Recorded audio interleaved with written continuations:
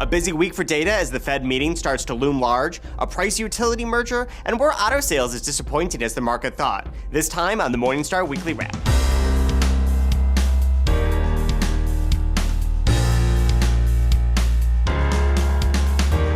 It was a mixed week for economic data, starting with Tuesday's strong consumer spending, but ending with today's disappointing jobs numbers. Does this mean the Fed is going to stand pat in June? Year-over-year GDP growth has been falling for the past 12 months. Employment growth has not fallen nearly as fast. The only real question was, would employment drop back slowly, or would it fall in one fell swoop?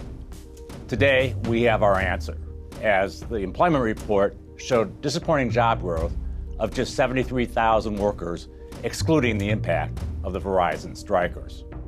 A piece of data that didn't look so great was May's auto sales, which came in below expectations and took down the stock prices of some major automakers. Rich Hilgert thinks that this reaction was overblown and that there's still some value in the sector.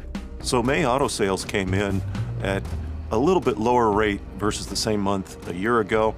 We're expecting auto sales this year to be at a plateau level, so on a month-to-month basis, it's likely that we could see ups and downs as the year progresses. At this point, we don't see anything in the economic conditions to cause us to be concerned about a severe drop-off in auto sales. We think we're just going to bounce along here at the plateau for a little while. However, the bright spot was that even though total sales were down 6%, passenger trucks, crossovers, sport utility vehicles were up 2%. Now, in this market, we think that General Motors and Ford are undervalued stocks and represent compelling valuation for investors, but I'd like to highlight Fiat Chrysler, because at Fiat Chrysler, passenger trucks are roughly 80% of the production portfolio versus 20% for passenger cars. So brands like Jeep are going to do very well. Ram trucks are going to do very well in this market. In merger and acquisition news, utility Great Plains is paying $8.6 billion for Westar. Our Travis Miller thinks that this is a pretty rich price.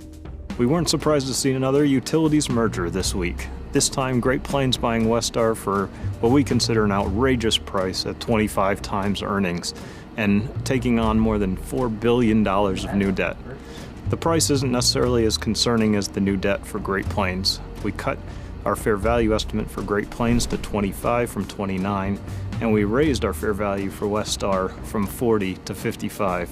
We think the $60 per share price that Westar got is a phenomenal deal and encourage shareholders to take that deal. Also on Morningstar this week, Christine Benz explores the best way to handle investing a lump sum so deep into a market rally.